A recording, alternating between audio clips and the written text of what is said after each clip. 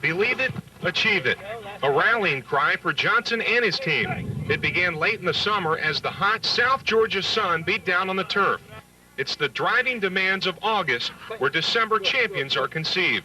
The coaches understand that to push themselves higher and higher, you must lay it all on the line. I reported Monday and Sunday night. I couldn't even sleep. I was so anxious to get back out here because it's been since December 17th since I've really been in the contact.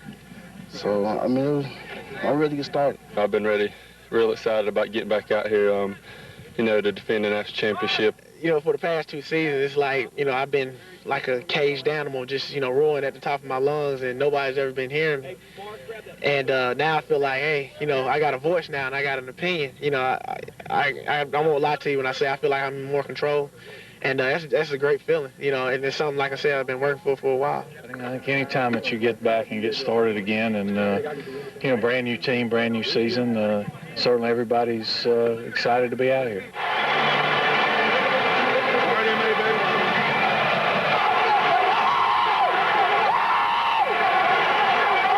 Southern opened on the road against its in-state big brother, the Georgia Bulldogs. Playing in front of 86,520 fans, the largest crowd to ever witness a game in the state of Georgia. The Eagles displayed all afternoon the desire and drive that makes them champions. After falling behind early on a 12-yard touchdown pass from Quincy Carter to Darrell Robinson, the Eagle offense displayed firepower of its own. Adrian Peterson showed his talents are SEC caliber, bursting through holes and piling up yardage. Peterson would rush for 152 yards on the evening and become the school's all-time rushing leader in the process, topping Joe Ross's previous mark of 3,876 with a fourth-quarter rush up the middle.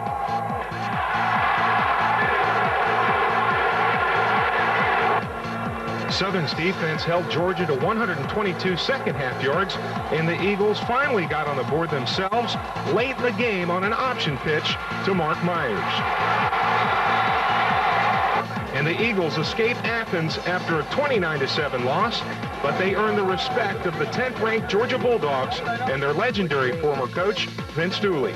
Georgia's defense really performed exceptionally well against what is, I think, a terrific offense. I'm glad that I didn't have to be involved in trying to defense the Georgia Southern offense. Week 2 was the home opener at Paulson Stadium, where a crowd of nearly 17,000 cheered on their defending national champions and showed that in 2000 they would dare to dream big once again. The defense came up with a big play early when Nick Kearns recovers a fumble on the Johnson C. Smith 36.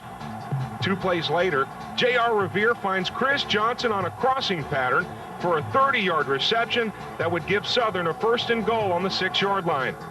2 plays later, Adrian Peterson goes right for his first touchdown of the season. Adrian Peterson on the touchdown.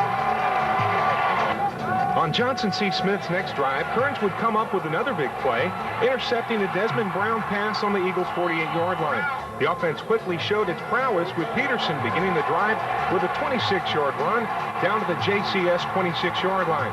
Mark Myers would go 12 yards around the right side on the next play before Revere hooks up with Johnson for a touchdown pass that made it 14-0. Revere brings them up, fakes, now he's back to throw it, looking to the end zone, sets for Johnson, touchdown, Chris Johnson! The Eagle offense was now in high gear. Peterson scoring from 2 yards out on the next drive to make it 21-0. After the defense held J.C. Smith, Peterson would set up another score with a 42-yard run that would carry the ball all the way to the JCS 11-yard line. On the next play, Revere would cap Southern's 3rd consecutive scoring drive around left end to make it 28-0. And it goes back to the left side and nobody's home, and then J.R. scores. The GSU defense continued to stifle the Golden Bowl offense led by super sophomore Freddie Fiscata. They would create another turnover when Carlton Oglesby forced a fumble that was recovered by Robert LeBlanc. Peterson would cover 44 of the 50 yards on 2 plays, going 26 yards up the middle on 1st down before adding his 3rd TD of the first half from 18 yards out. 2nd down call, Peterson up the middle to the 5, touchdown Adrian Peterson. He goes in and scores from 18 yards out. With a 5-touchdown lead, the Eagles kept the pressure on. Willie Johnson sacked Brown for a 9-yard loss to the JCS 11-yard line. And on the next play, LeVar Rainey would come up with an interception deep in enemy territory. 4 plays later, Revere rushed for his second touchdown of the day to make it 41-0 at the half. Revere, motion behind him, keeps it himself, turns the corner, should be able to walk in. Touchdown, J.R. Revere. With 54 seconds to go in the first half, Georgia Southern has scored and now leads it 41-0. On their first attempt of the second half, Southern would make it 7 touchdowns in 9 possessions as Anthony Williams would take the pitch out and go 84 yards to make it 48-0. I'm going to pitch it back. Anthony Williams breaks a tackle. There he goes! Nobody's going to get him now. Anthony Williams at the 20, the 10, the 5. Touchdown, Anthony Williams. He just went 85 yards. Anthony Williams on the pitch from J.R. Revere with 10:17 to go in the third quarter. The Eagles would add one final touchdown on a 12-yard pass from Melvin Cox to Eric Irby that made the final score 57-12 as they ended the day with 613 yards of total offense, 529 on the ground. GSU evens its record at 1-1 as they head into their Southern Conference opener against Wofford. Being 1-1 instead of 0-2 feels, I mean, that's, you know, we got to win. That's the bottom line. And, you know, we got a long way to go. We still got some things to work out, but I think that's just going to come with time. Everything that we did execution-wise, but 19 penalties, turned the ball over twice inside the 10. We missed 2 extra points. You know, all those things that'll get you beat. We give up long plays for a touchdown. All the things didn't contain the quarterback on the pass rush. I mean, all the things that will get you beat when you play in our league and play against better people. It's only going to get tougher after this game and the weeks leading up to it. We're just going to have to bring our A game, pretty much. I mean, we got to come out focused, ready to play, both offensively and defensively. Against Wofford, it was the hard-working, blue-collar defense that provided the game's first break. Gino Tutera recovers a Travis Wilson fumble on the game's first drive at the Wofford 31-yard line. That set up a play that would go into the Eagle record books. J.R. Revere, and he catches it at the 30, to the 20, J.R. to the 10, to the 5. Revere dives, and he is in for a touchdown. J.R. Revere going high into the air, somersaulting himself into the end zone. First play from scrimmage, a trick play. Adrian Peterson has just thrown his first Georgia Southern touchdown pass. The tumbling, somersaulting touchdown by Revere was the first ever TD reception by an Eagle quarterback and gave Southern a 7-0 lead 2.5 minutes into the game. The Terriers, however, showed tenacity of their own, tying the score on a 40-yard interception by Chris Edwards 5 minutes later. GSU would recapture the lead on its very next drive, however, as Revere led a 13-play, 71-yard drive. Mark Myers would rush for 12 yards to the Wofford 31. Then Revere would hit Chris Johnson for 12 yards to the 19. Peterson went up the middle for 10 before he gave Southern the lead from 1 yard out. The Eagle defense continued to play well with Corey Middlebrooks wreaking havoc on the Terrier backfield. But another Edwards interception set up Wofford's second touchdown that would tie the score at 14 at intermission. Southern would recapture the lead, however, on its first possession of the second half. Revere rushing for 12 yards and a first down to the GSU 47. Shereen Walden carries the ball into Terrier territory on the next play with a 14-yard gain around the right side. Revere then rushes for 24 yards to the Wofford 7-yard line, but that's where the defense stiffened, forcing the Eagles into field goal opportunity that Scott Sheldon converts from 20 yards out for a 17-14 lead. It's a 20-yard kick, left to right. The kick is up. The kick is good by Scott Sheldon. Eagles lead it 17-14. Wofford tied the score with a field goal of its own as the game enters the fourth quarter tied at 17. That's when All-American Peterson takes over, covering 48 yards on 5 straight carries to move the ball down to the Terrier 17-yard line as the Eagle offensive line of James McCoy, Dietrich Everett, Anthony Scott, Michael Anderson, and Charles Clark dominated the line of scrimmage. Mark Myers then went 12 yards around the right side to the 5-yard line. 3 plays later on 4th and goal from the 1, Peterson gave the Eagles the lead for good with 11:42 to play. Revere hands it off. Peterson bouncing forward. Did he get in? Touchdown at the last second, they signal. Touchdown, Adrian Peterson. Wofford almost stopped him, but Peterson fights him up the right side. It was up to the GSU defense to deliver final victory.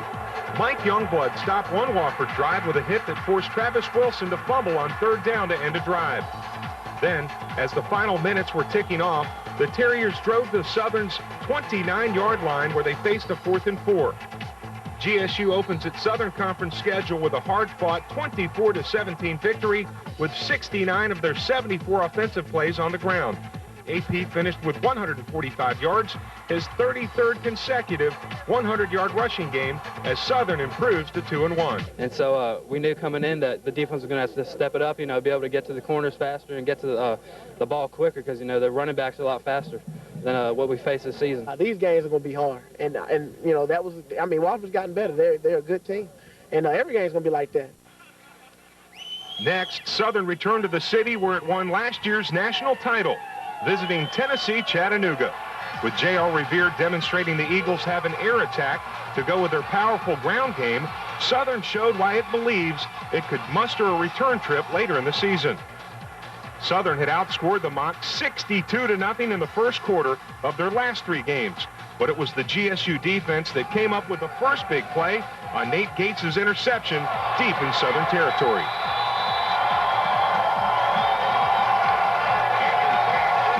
Trailing 3-0 early in the second quarter, Revere and Chris Johnson would strike quickly for the go-ahead score. He's at 20, 10, takes his time, touchdown, Georgia Southern, no flags.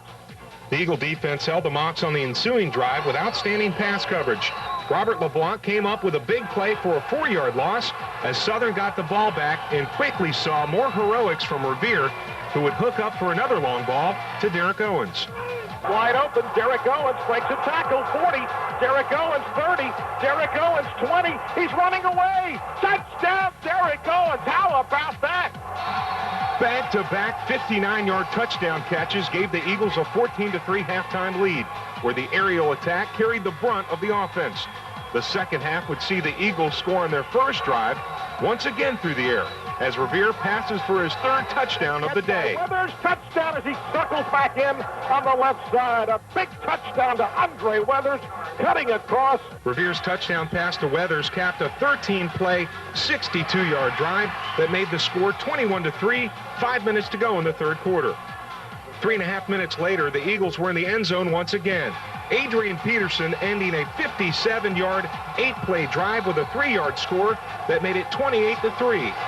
And again would not be denied from 3 yards. The Georgia Southern defense, which had seen 1999 corners Earthwind Moreland and Kawaki Thomas go to the NFL, got a tremendous effort from its secondary against the pass-happy Mocs, as LeVar Rainey joins LSU transferred Nate Gates with an interception of Chris Sanders.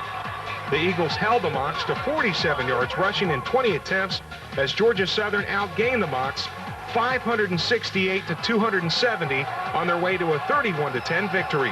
Revere finishes with a career-high 182 yards and 3 touchdowns passing as Georgia Southern improves to 3-1, 2-0 in the conference. The following Saturday against winless VMI, Adrian Peterson would add 2 more records to his already long list of accomplishments. On a short fullback dive on the game's opening possession, Peterson became the Southern Conference's all-time leading rusher, breaking the record of 5,931 set by Marshall's Chris Parker. And with that rush, he just broke Chris Parker's career rushing record in the Southern Conference. That was going to fall pretty quick today. He only needed about 20-some-odd yards. Peterson finished the 12-play, 80-yard drive with a 1-yard touchdown that tied the NCAA Division I AA career rushing touchdown record set by New Hampshire's Jerry Azuma. Southern built a 14-0 first quarter lead when J.R. Revere passed 42 yards to Derek Owens and 31 yards to Chris Johnson on consecutive plays. The Eagle offense was getting contributions from everywhere as Andre Weathers helped get another drive rolling with an 8-yard run. Revere then found Titus Johnson for 13 yards to move the ball to the VMI 34-yard line. 2 plays later, Peterson would claim the Division I AA career rushing touchdown mark all to himself. He bounces outside for 10, 15, he's gone. Touchdown, Adrian Peterson. That's a new I AA scoring record. Peterson's second touchdown of the day made it 21-0 Southern with 30 seconds remaining in the first quarter. Meanwhile, the GSU defense and All-American candidate Freddie Pescata was shutting down the Keydette offense. Carlton Oglesby was making his presence known to VMI quarterback Aaron Mitchell, who was clearly shaken by the pressure. It is intercepted by LeVar Rainey at the 40. LeVar Rainey's interception return made it 28-0, 1 minute into the second quarter, and the route was on. On their next drive, Revere would scamper 25 yards to move the ball deep into Keydette country. That would set up another Peterson score 2 plays later. 15, goes to the 10, goes to the 5. He is in the end zone. Touchdown, Adrian Peterson. Before the half was over, Southern would add one more touchdown on a 6-play, 54-yard drive, 17 yards coming from slot back Andre Weathers. 2 plays later, Peterson scored his 4th touchdown of the day to make it 42-0 with 3 minutes remaining in the first half. Another touchdown, 8 more yards. That gives him over 100 yards rushing today. The second half would prove more of the same as Peterson was gaining yards at will. 37 coming on this carry down to the Keydette 8-yard line. A fumble would stop that drive, but Peterson would not be denied on the next series. He would rush for 182 yards on the day in 2.5 quarters of work, adding his 5th touchdown of the game, his 4th rushing, that made the score 49-0.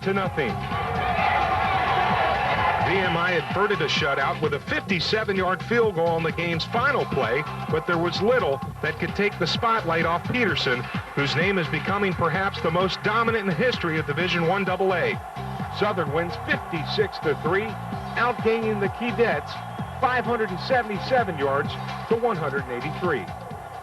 Yeah, it feels real good, to come out and be able to play like, we can, all these points, feel good and be able to hold them only 3 points, which I don't know how they got, but, this one still feels good. GSU opens October with a trip back to Paul Johnson's alma mater, Western Carolina, where he would see his quarterback post the first triple-double of his career. J.R. Revere would lead the Eagles to a touchdown on the first drive of the game, a 14-play, 74-yard march that featured a 32-yard run by Adrian Peterson that moved the ball down to the Catamount 25-yard line. 5 plays later, Andre Weathers, beginning to become a more central figure in the Eagle offense, would get the ball down to the 4-yard line, where Revere would go in for the game's first score. Keeping it, Revere dives, touchdown, he went right through the middle, followed. On Western Carolina's first possession, Freddie Pescata would force a fumble that was recovered by Mike Youngblood at the Catamount 30-yard line. 2 plays later, Revere would find Chris Johnson from 34 yards out to make the score 13-0. Chris Johnson still going to the 10. He's going to break another tackle, and he will go in for a touchdown. The Southern defense continued to stifle the Western Carolina offense. Corey Middlebrook sacking David Rivers for a 6-yard loss to end a drive. On their next effort, Pescata would recover a Rivers fumble that would set up the Eagles for their 2nd score of the day. Peterson would pick up 27 yards on Georgia Southern's first 3 plays after the turnover. That would result in an Andre Weathers touchdown on the first play of the second quarter that made the score 20-0. Nobody could catch up to him. Southern appeared to be marching towards another touchdown on their next drive after Revere found Titus Johnson for a 38-yard completion. But the Catamounts held Southern on 4th and 3 to end the drive. Western Carolina drove for a touchdown to pull within 13, but the Eagles respond immediately with an 8-play, 65-yard drive with a key play, a 33-yard run by Peterson that took the ball down to the 1. The 1999 Walter Payton Award winner then finished off the march with a 1-yard touchdown that gave Georgia Southern a 26-7 lead with 4.5 minutes remaining in the half. The Eagles special teams set up one final score before the half, blocking a Justin Kohler punt that was recovered by Deion Stokes. Scott Shelton booted a 32-yard field goal that gave Southern a 29-7 lead. So the kick is good. Down by 22, Western Carolina proved no pushover, pulling within 29-17 after a 22-yard touchdown pass from Rivers to Aaron Wright, 3 minutes into the third quarter. Southern quickly showed its championship medal once again, however, as Revere quickly put GSU back in the end zone. Got a chance. Throws it deep for Chris Johnson, and it is caught. Chris Johnson will score a touchdown. Revere would finish off his double-triple in the fourth quarter with an 11-yard touchdown run that gave the Eagles a 42-24 victory. The junior from LaGrange was now totally emerged from Greg Hill's formidable shadow, passing for 165 yards and 2 touchdowns, while rushing for 122 yards and 2 other touchdowns. Southern improves to 5-1 overall, 4-0 in the conference, as it prepares for a homecoming date with Appalachian State. Oh, no doubt. You know, this is what you play football for, and you know, if you can't get ready for this game, you need to, you know, hang up the cleats. Nearly 22,000 fans crammed into Paulson Stadium for the conference showdown between the #1 ranked Eagles and #5 Appalachian State. Southern hoped to avenge a 17-16 loss from a year ago when the Mountaineers knocked GSU out of the #1 spot in the national rankings. The two pairs shared the Southern Conference title in 1999 along with Furman, and this year's winner would emerge as the favorite for the 2000 title. High-flying pregame festivities ignited the homecoming crowd in the stands, but it was clear that both teams had the early game jitters. On the game's first drive, an errant Revere pitch was recovered by Appalachian State at the Southern 46-yard line. On the very next play, however, Jason Neese would force a Mountaineer fumble that was recovered by Southern's Michael Ward. Appalachian State would score first late in the first quarter, moving 93 yards in only 4 plays, 42 on a run by Jerry Beard, then another 33 on a pass from Joe Perchette to Rashad Slade that, with the help of a personal foul, moved the ball to the 1. Perchette's sneak gave the Mountaineers a 7-0 lead. On the next drive, Appalachian State defensive back Corey Hall, who would be named first-team All-American at season's end, intercepts a Revere pass to stop an Eagle drive. The Mountaineers then drove into Southern territory, where Freddie Piscata would come up with a big sack that would help force a missed App State field goal early in the second quarter. 2 series later, the GSU offense would finally get on track. Dream Walden took a pitch and rambled 16 yards to the Mountaineer 37-yard line, where in the next play, Revere and Chris Johnson would team up once again. Found it. He caught it. Touchdown. Chris Johnson's great catch tied the score and fired up the Southern defense, which immediately got a big play from senior nose tackle Gino Tutera. 3 plays later, a Rob Baronis 30-yard field goal gave the Eagles a 10-7 lead, which they would carry into intermission. That momentum would continue into the third quarter, when on the first drive of the second half, the Mountaineers decided to go for it on 4th and 1 from their own 40. Willie Johnson and Mike Ward, however, snuffed out the play to give Southern great field position, and it didn't take long for Revere to take advantage. 35, Revere breaks it. JR's going to score. Touchdown! Leading 17-7, GSU was looking for the kill. After the defense forced the Mountaineers into a 3-and-out, Mark Myers got the next drive going with a 31-yard burst on first down that put the ball right back into Appalachian State territory. Fellow slot back Andre Weathers would follow 2 plays later with a 12-yard burst to the 30-yard line, where Adrian Peterson would quickly take over. Through the left side, a great hole opened up for him. The 2 quick touchdowns had expanded GSU's lead 24-7 halfway through the third quarter, and the homecoming crowd suspected a rout might be on. Little did they know, however, that the Mountaineers would stage a rally that in the end would help Paul Johnson's 2000 team grow into the champions they did. App State pulled within 10 on Joe Perchette's keeper on the next drive. After holding the Eagles to 3-and-out, the Mountaineers stormed back down the field, pulling within 24-21, less than a minute to go in the fourth quarter. Now reeling, the Southern offense displayed its believe it, achieve it championship heart on the ensuing drive. AP's 22-yard effort began the drive, and 3 plays later, Revere would end it from 43 yards out. 20, JR, touchdown, touchdown, touchdown, JR Revere. Now leading 31-21, the defense appeared ready to put the exclamation point on this victory when Gino Tutera sacks Perchette on the Mountaineers' next play and puts him out of the game. It was not to be, however, as Appalachian State roars down the field, getting some help from the officials who ruled interference on Drek Cooper's interception. Backup quarterback David Reeves pulls the Mountaineers back within a field goal with 6 minutes to play on a 10-yard touchdown to Troy Albea. GSU got a bit of breathing room on the next possession on Baronis' 24-yard field goal that capped a 12-play, 63-yard drive to make it 34-28 Eagles with 61 ticks remaining on the clock. The Mountaineers, however, staged one last rally when the defense made one last stand. You got to knock him down. If you do, you win the game. They're 25 yards low away from a possible win. 2nd and 10 from the 25. Reeves is back to throw. Look out, he goes over the middle, and it is intercepted.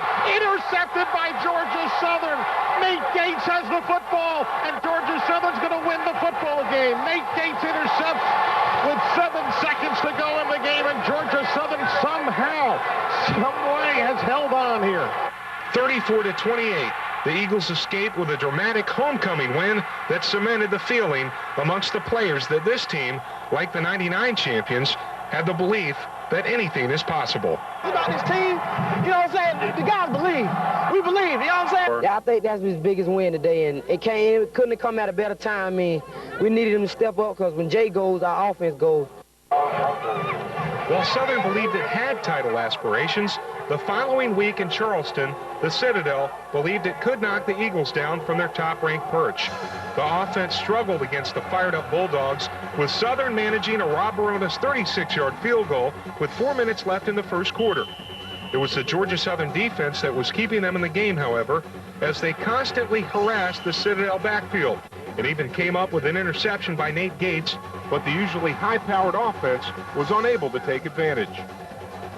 The Bulldogs special teams came up with a big play, blocking a Scott Sheldon punt early in the second quarter. Once again, however, the defense stiffened, with Jamar Jones coming up with a tackle for a loss that forced the Citadel into a field goal situation. Then it was the Eagle special teams' turn to shine. The defensive stand and blocked field goal inspired the offense. Revere found his big play receiver, Chris Johnson, for a 27-yard gain that took the ball deep into Bulldog territory. Revere would complete the drive himself, rushing 11 yards down to the 9-yard line before scoring the game's first touchdown from 2 yards out. On the left side and sneaks in. Trailing 10-0, the Citadel offense finally managed its first sustained drive of the day, moving 62 yards in 7 plays before Nate Mahoney scored from a yard out to make the score just before halftime, 10-7 Georgia Southern. Trying to get momentum to begin the second half, Southern decided to go for it on 4th and 1 on its own 27-yard line. But J.R. Revere was stopped short, and the Bulldogs had the ball and a great opportunity to take the lead. Once again, however, Rusty Russell's defense would come up with big plays when they needed to. Nick Kern's outstanding effort on 3rd down forced a field goal, which the Citadel converted to tie the score at 10, 5 minutes into the second half. 2 series later, the Eagle offense suddenly found a second-half spark when Revere's pass found Chris Johnson for a 38-yard gain down to the Citadel 15-yard line. AP followed with a 6-yard run down to the 9-yard line. Then Revere would take it 8 yards, giving Southern the ball 1st and goal at the 1-yard line, where they went to their go-to guy. Leading 17-10, the Georgia Southern defense remained stifling. Carlton Oglesby broke through for a 2-yard tackle for a loss on 1st down. Then on 3rd and 13, Jamar Jones sacks Alvin Johnson for a 7-yard loss. The defense once again inspired the offense, which would build the lead to 10 in the following drive. The big play, a 35-yard pass from Revere to Andre Weathers that would set up Rob Baronis' 41-yard field goal 3 minutes in the 4th quarter. The kick is good. Southern's defense, which had 15 tackles for loss, continued to stifle the Bulldogs. Nate Gates intercepting his second pass. Then in the Citadel's next possession, Mike Youngblood hammered the nail in the Bulldog coffin. Direct snap to call.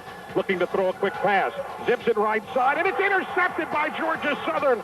Intercepted down the near sideline, 40, 45. Give him a block. Cutting it back. Here goes Michael Youngblood. Youngblood racing to the far side. Youngblood will score! Touchdown, Georgia Southern. Michael Youngblood steps in front. Gets a great block down here at the 40-yard line. He just went the distance, about 60, 70 yards on the interception. He's turned the game upside down with 3:34 to go in the game. Georgia Southern now leads 26-10. Wow. One large order of business still remained. The defense knew it had to put the offense back on the field for number 3, Adrian Peterson, where his consecutive 100 yards rushing per game streak was in jeopardy. Sophomore tackle Winston Hardison's 7-yard sack helped Southern get the ball one last time. On his third carry of the drive, AP went for 9 yards to give him 106 on the day. The streak was intact, victory was Southern's, and the title hopes remained alive. GSU improves to 7-1 overall, 6-0 in the conference. Defensive coordinator Rusty Russell, son of the legendary Irk Russell, was proud of how his defense responded. What happened was we were able to persevere and come out of there without giving up a lot of points and making a couple of what I thought were critical stands down at our own end of the field. This is a big win. I mean, we had a lot of emotion against App, and everybody was worried about an emotional letdown, and the coaches kept us pretty prepared for this game. The following Saturday, the Eagles returned to the friendly confines of Paulson Stadium to take on East Tennessee State with a chance to clinch the conference title. It didn't take long for the defense to once again come up big when LeVar Rainey put Southern ahead 5 minutes into the game. And LeVar Rainey at the 30. LeVar cutting it back now, getting a block, comes to the 20. Fights inside 15, 10. LeVar is in the end zone. Rainey's Touchdown. play got the Eagles rolling, and Adrian Peterson would put his stamp on a day where he would tie Archie Griffin's Division 1A record of 31 straight 100-yard rushing games. AP would ramble 49 yards before being brought down on the ETSU 3-yard line. 2 plays later, after a GSU penalty, Andre Weathers would make it 14-0. He cuts it around the left side and goes in. Nobody there. The blocking was perfect. Early in the second quarter, the Eagles would add to their lead. J.R. Revere began a 5-play, 81-yard drive by scrambling for 26 yards on first down to move the ball to the Southern 45. 3 plays later, Revere would work his magic once again. Breaks the tackle, runs away from everybody. Touchdown, J.R. Revere. How about that? J.R. The Southern offense was once again hitting on its big play cylinders and putting a huge smile on offensive coordinator Mike Seawalk's face. Minutes later, Andre Weathers would electrify the 17,000 Southern faithful with a stunning 68-yard run. Revere capped off the drive with a 6-yard touchdown to make the score 28-0. A late Rob Baronis field goal would build a lead to 31-0 on the last play of the first half. The kick is good. East Tennessee State got on board in their first drive of the second half, but the Eagles would quickly respond as the dynamic duo of Revere and Johnson combined once again. Come back and catch it. Chris Johnson does, and he gets a touchdown out of it. Tucks the ball away from the defender at the 10. Leading 39-7, Southern appeared to be coasting to victory when near tragedy befell the offense.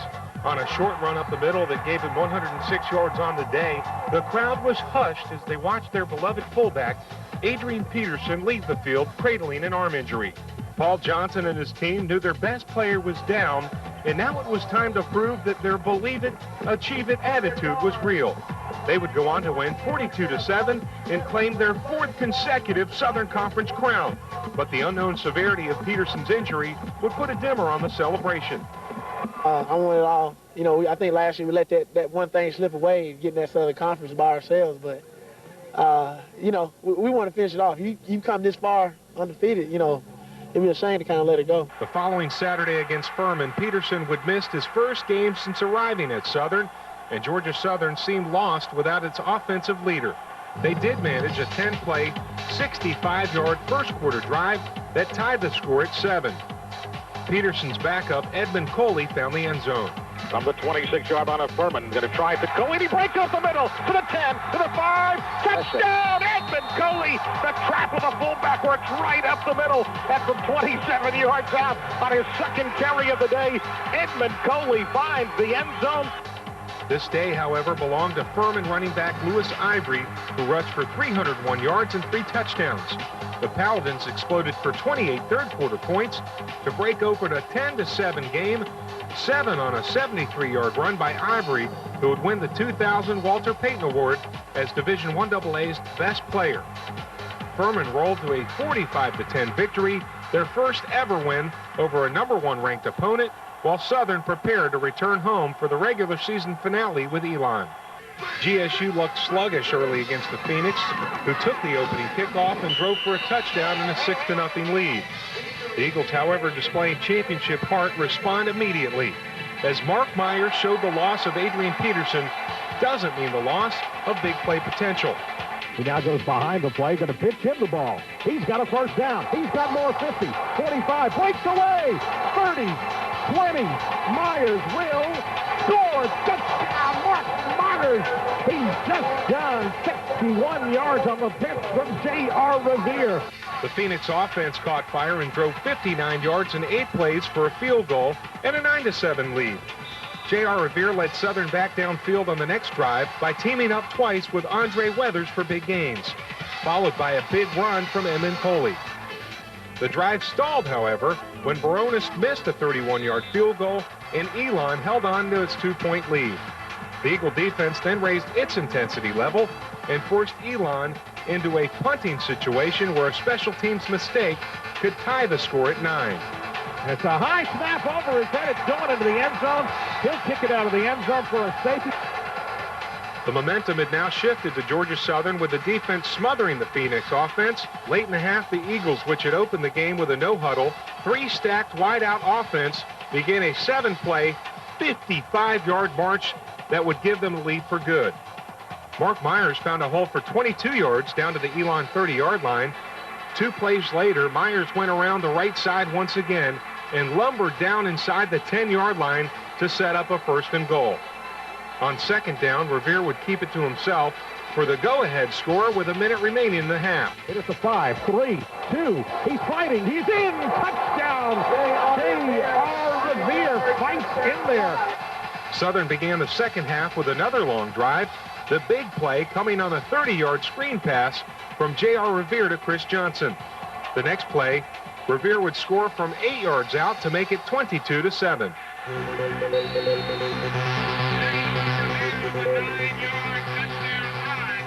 On the ensuing drive, the defense once again let the Phoenix go nowhere. Mike Youngblood coming up with a big hit. The special teams then set up the offense when Terry Owens blocked the Elon punt to give Southern the ball at the 39-yard line. From there, it took 1 play to build a lead to 3 touchdowns. Johnson, touchdown! Chris Johnson beat everybody. 1 play. Georgia Southern's Revere to Chris Johnson. He's just set the single-season record. From that point on, the Southern defense dominated, holding Elon to 66 total yards in the second half, 59 rushing, and 7 passing. Minus Adrian Peterson, they managed 456 yards of total offense, 295 on the ground, as they won 32-9 to complete the regular season, 9-2 overall, 7-1 in the conference. They headed into the playoffs with home field advantage for the first 2 rounds, determined to make a return trip to Chattanooga for a 3rd straight title game appearance. Adrian Peterson's a great football player, and you'd love to have him, but you have to run your system whether Adrian Peterson's out there or not. Upset-minded McNeese State traveled to Statesboro for the first round of the playoffs and immediately drove downfield on their opening drive before Gino Tutera stopped a 4th and 1 from the Eagle 25-yard line. From there, it only took 2 plays for J.R. Revere to reach the goal line. Down the middle, 35, 30, trying to get a block. He's got it. Touchdown, J.R. Revere, just like that. The Cowboys, however, must have not received the rollover and play dead press release that most opening round opponents in Paulson Stadium received. They rode roughshod over the GSU defense on consecutive drives for a touchdown and a field goal to take a 10-7 lead after 1 quarter. 2 minutes into the second quarter, however, Revere and Chris Johnson would team up for another of their 1-play drives. Out there to him. He will catch it. Touchdown! Chris Johnson caught it in full stride. McNeese once again showed Cowboy fight of its own, driving for a go-ahead touchdown and a 17-14 halftime lead. The second half, however, was a different story. Revere found Andre Weathers, whose big play talent sometimes get overlooked, for a 21-yard gain. Then Weathers would do it on the ground, putting the Eagles back ahead from 23 yards out. Score! Touchdown! Andre Weathers somehow does that tippy toe inside the 20. On the next drive, Adrian Peterson would show he was beginning to shake off the effects of his injury as he got GSU out of a hole with a 30-yard run that gave the offense breathing room. 2 plays later, Revere would keep it himself as he scampers 48 yards with a keeper all the way down to the McNeese 14-yard line. After a 5-yard penalty, Weathers would score on the following play to build a lead to 28-17, Georgia Southern. Andre Weathers getting great blocking down the sideline. Derek Owens. The Southern defense was now lassoing the Cowboy offense on every possession, while the offense was relishing having AP back in the backfield. Peterson broke free for 44 yards that would carry the ball back into McNeese territory, where Edmund Coley would cap the 9-play, 80-yard drive with a touchdown to make it 35-17. Here in the third quarter, Georgia Southern erupts now for a 34-17 lead. The Cowboys tried to rally in the fourth quarter, but the defense would stop them 4 times inside the 5 and end any hopes of a late McNeese charge. GSU, however, wasn't quite done. AP still had one more big highlight left in him, rushing over right tackle for 53 of his season-high 203 yards, the 40th straight game over 100, plus including playoffs, and the 12th time he's topped the 2-century mark. Peterson put the final bullet in the Cowboys' heart with an 11-yard touchdown that made the final 42-17 and sent Southern to round 2 of the playoffs. Well, I thought he played well. He really picked it up in the third quarter and gave us a big lift. The run off the goal line was huge. Next visitor to Statesboro, Hofstra, which earlier in the year had handed top-ranked Montana its only loss and had beaten Furman 31-24 in its playoff opener. Early in the week, Hofstra coach Joe Jardy proclaimed that playing in Paulson Stadium, where Southern's 25-0 in playoff games, is just another day in the office. It was a comment at which Johnson and his team would take offense. And it's going to be important for us to try to stop the run. Hofstra hoped its high-powered pass attack would baffle the Eagles, but Freddie Pesqueda set the day's tone early with back-to-back sacks of Rocky Butler. Southern would then go on an 8-play, 53-yard march for the game's first score. All of it on the ground, with Revere rushing the final 5 yards for the early lead. Touchdown! J.R. Revere from 5 yards out had a gaping hole to run around. Less than 3 minutes later, Southern was in the end zone again. Weathers began the scoring drive with a 15-yard gain around the left side as Johnson and offensive coordinator Mike Seawalk were using all their big play weapons. Revere would then find Chris Johnson for a 12-yard gain for a first down. 3 plays later, Adrian kept the drive alive with a 7-yard burst on 3rd and 4, which set the stage for more Revere touchdown heroics. 10 to the 5, touchdown J.R. Revere, dancing back and forth. The GSU defense, which allowed only 65 first-half passing yards, held Hofstra to its 3rd consecutive 3-and-out possession. Then, like clockwork, the offense responded. Revere to Johnson for 29 yards to move the ball back into enemy territory. 2 plays later, Peterson went up the gut for 15 yards and a first down at the 18-yard line.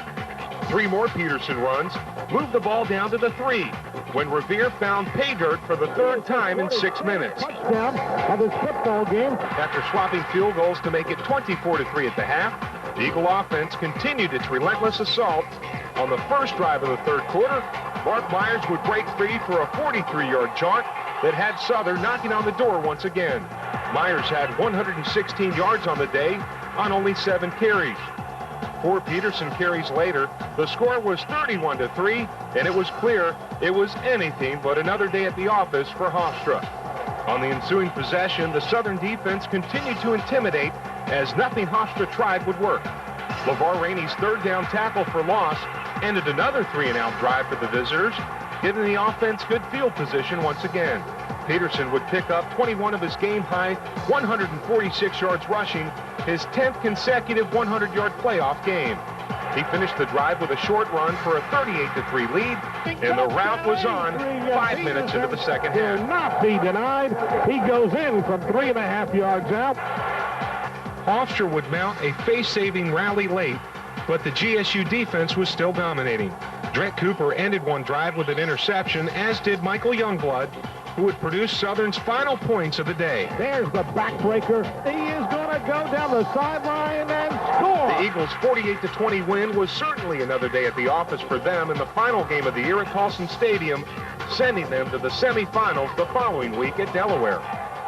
You know, I don't care what anybody else says, but playing here is just unbelievable, and I'm a senior, and I've never lost a game here in this stadium, and I believe that streak is going to continue. For the first time in the past 3 years, third-seeded Southern would enter a playoff game as the underdog when they traveled to Newark, Delaware to take on the second-seeded Blue Hens. The Eagles had lost the 1997 playoff game at Newark, and it appeared early it might be another long day as Delaware took the opening drive 69 yards and 13 plays for a touchdown. Playoff savvy, the Eagles didn't panic, showing on their drive why this 2000 edition believes it has the championship medal. J.R. Revere ended an 11-play, 75-yard drive with the tying touchdown. He is in the end zone. Touchdown, J.R. Revere. He has scored. Delaware responded with a field goal, but Southern came right back. Andre Weathers once again demonstrating his big play abilities with a 40-yard run that took the ball down to the Blue Hen 1-yard line.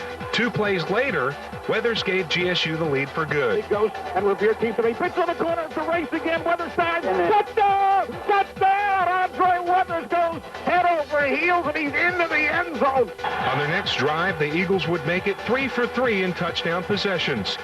The passing tandem of Revere and Johnson providing the big yardage with a 37-yard connection that had Southern back in Blue Hen country. Adrian Peterson, who had 198 yards on 34 carries on the day, would then give the Eagles an 11-point lead. When he broke his tackle with somebody open, one quick hole for him, and he goes into the end zone from 7.5 yards out. Now it was time for defense and special teams to make a statement. David Young's interception would stop a Delaware drive deep in Southern territory. Then following a Revere fumble, the Blue Hens were hoping for a field goal when Carlton Oglesby broke through for the block, keeping the score 21-10 GSU at the half. The Eagles' second blocked field goal of the day. After intermission, Delaware would make it interesting. Butter Pressey's touchdown after a long punt return made the score 21-16, and the Blue Hens decided they wanted to go for 2 to pull within a field goal. Looking to his tight end on the left side. 2 points. 2 points to Gary Pettigale. Leading 21-18 early in the fourth quarter, Paul Johnson knew where to turn when he needed a big play, and Adrian Peterson would not disappoint. Rambling 34 yards down to the Delaware 31-yard line, Southern managed one more big first down, and when the drive stalled, Scott Shelton came on for his biggest field goal of the season. Down, the kick is up, as distant, and it is good. Trailing 24-18, Delaware knew it was only one big play away from its first Division I AA championship game in 18 years. The Blue Hens tried to pull within a field goal late in the game, but Scott Collins' effort from 38 yards out was no good. Hoping to run out the clock, Southern got the boost it needed from emerging star Andre Weathers, who would break free for a 58-yard gain, part of his 122 rushing yards on only 4 carries on the afternoon. Weathers' long run would set up another Scott Shelton field goal attempt, one that could all but ice the game with 2.5 minutes to play. And this could be the ball game if this field goal is good. That's how important this is. It's a 6-point game with 2:27 left to go in the fourth quarter. Lined up now to kick it from the 17, a 27-yard effort. Ball placed down. Kick up. Kick has distance. The kick is good! The defense was not about to let Delaware pull any last-minute miracles as Winston Hardison came up with a big sack. Southern got the ball back, and it was time to think about a return trip to the title game in Chattanooga. Yes, come on, bring it down. Jacobs breaks the tackle, and he gets hit shy. He did not make it. He did not make the first down. Georgia Southern has stopped them. They're going to win this football game. Puts the ball down at the 28. 29, Eagles have held. Georgia Southern, for the 3rd straight year, is going to the national championship game. We did it this year, and I feel great. I can't wait to go to Chattanooga next Saturday, baby. I haven't been there ever since I've been playing, so I guess it's kind of routine. Practice the following week was intense.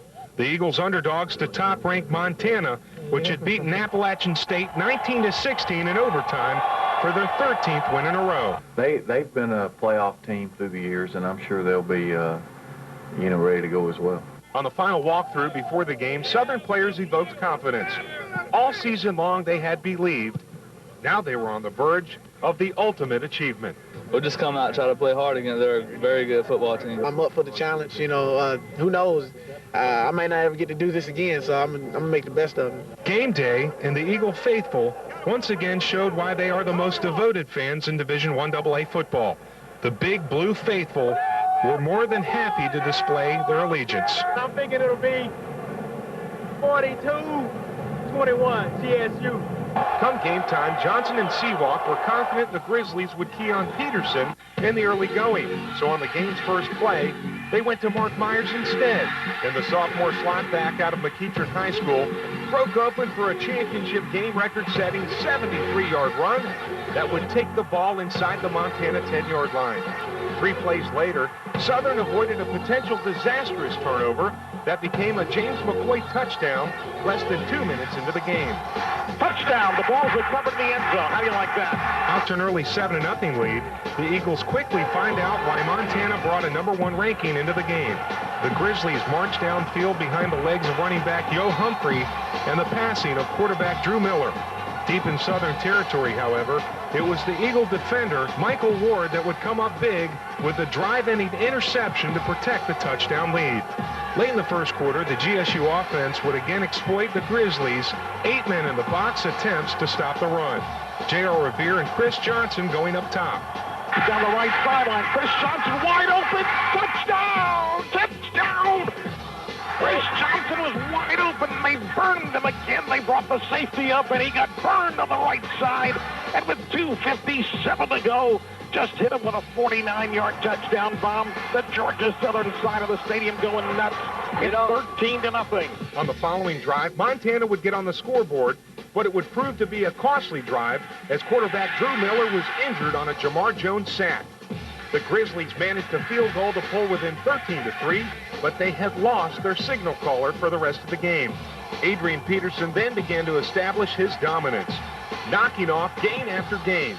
With 33 seconds in the half, he would cap an 8-play, 69-yard drive with a touchdown plunge that would give Southern a 20-3 lead at the half. He tried Peterson, he dives forward. Touchdown, did he get in? Yep. Yes, touchdown it is for Adrian Peterson. The second, however, would be no cruise to victory.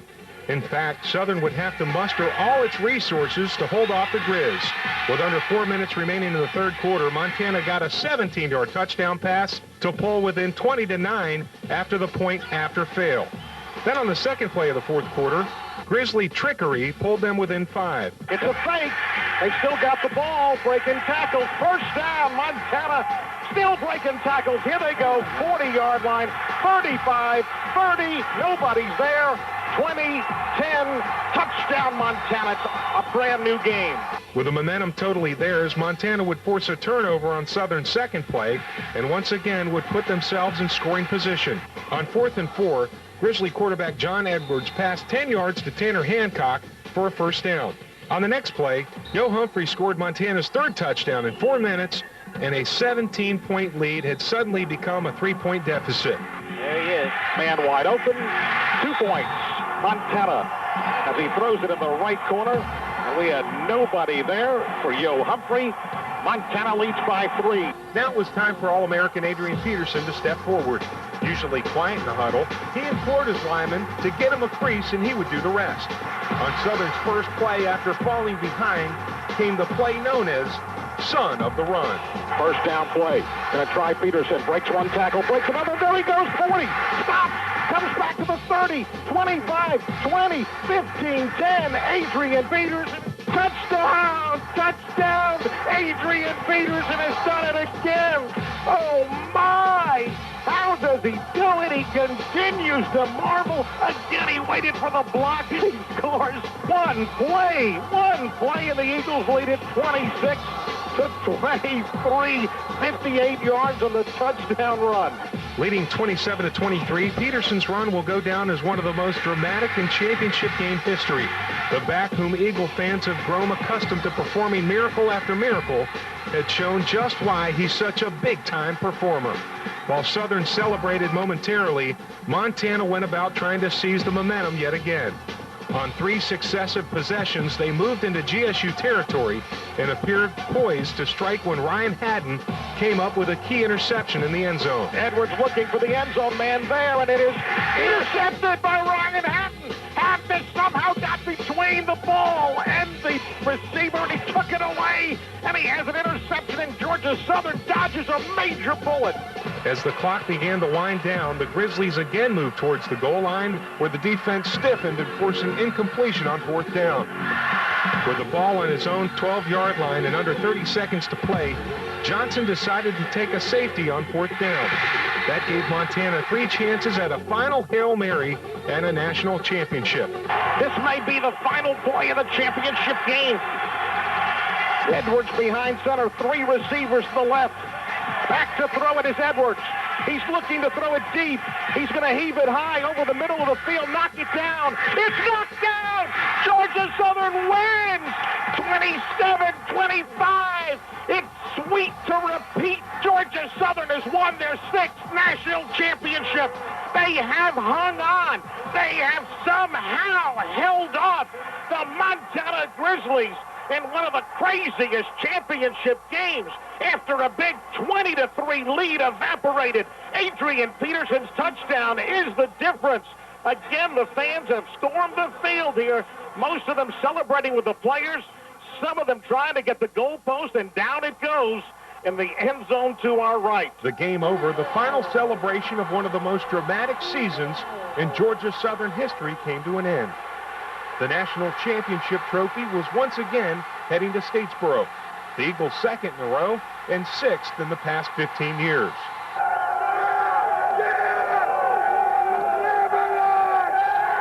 For Paul Johnson and the Eagles, the 2000 season provided heart-pounding drama and a never-say-die spirit that endeared fans by surmounting every obstacle.